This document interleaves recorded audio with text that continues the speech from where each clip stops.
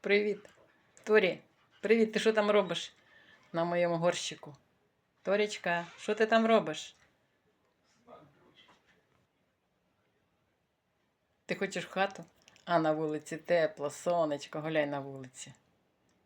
Гуляй на вулиці.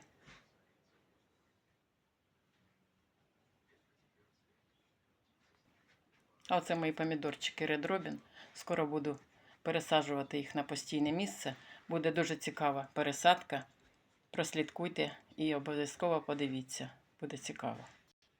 Оце так гарно виглядає мій перчик, який не витягнувся. Росте собі повільненько, гарненько. Дуже рада я за нього.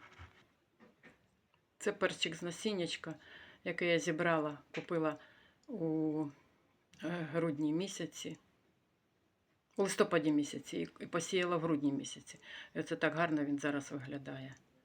Перчик мій жовтого кольору.